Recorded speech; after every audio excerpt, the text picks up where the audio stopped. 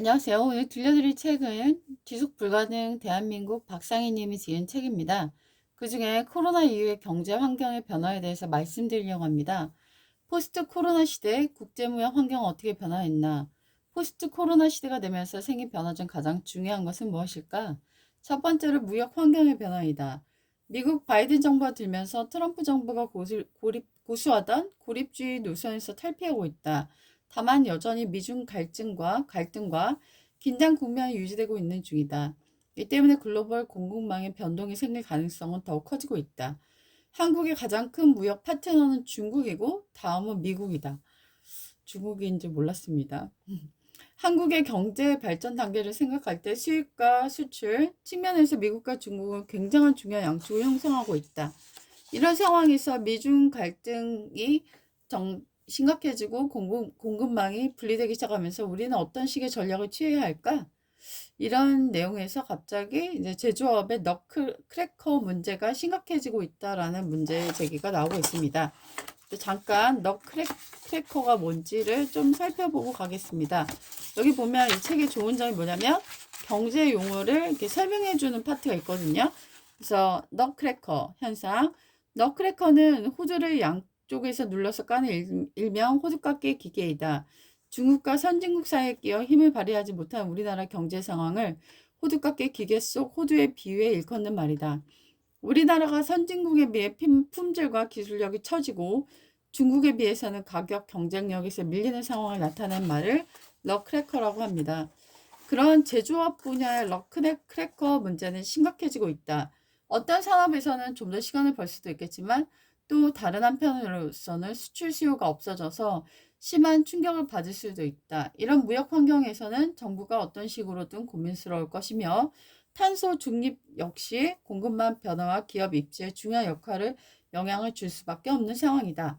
두 번째로는 코로나 이후에 디지털 전환이 심화되었다라는 부분인데요.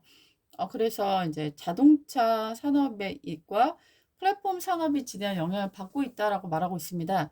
그래서 아무래도 이제 재택근무가 늘면서 자동차를 사용하지 않는 것이 조금 더 많아질 것이고 플랫폼을 많이 사용하게 되죠. 마켓컬리라든가 쿠팡으로 인해서 이제 집으로 택배로 받는 그런 형태가 많이 늘면서 어떤 그 굿즈가 플랫폼이 독점하는 형태가 발휘되면서 지금 플랫폼 노동자들의 노동 그런 조건이 악화되는 문제와 그리고 지나치게 독점하는 그런 문제가 사회화 문제로 발생했다라고 문제 제기를 하고 있습니다. 그리고 세 번째 코로나 이후로 문제 제기가 되는 것 중에 하나가 뭐냐면 기후 변화입니다. 그래서 기후에 관심이 굉장히 쏠리면서 미국 바이든 같은 경우는 탄소를 중립으로 하기 위해서 재생에너지, 풍력이라든가 태양을 이용한 에너지 의존도가 21%로 늘었고 원자력과 석탄은 19%의 의존력이 약화되어 있는 탄소 중립의 형태로 나아가고 있는 모습을 보고 있습니다. 그래서 여러 선진국들 같은 경우는 탄소 중립을 점점 실천함으로 인해서 의존도를 많이 그렇게 자연과 재생에너지로 이렇게 가고 있는 반면에 우리나라는 조금 그 부분에 있어서 굉장히 밀리고 있는 후자로 뛰고 있는 것에 대해서 문제를 제기하고 있고요.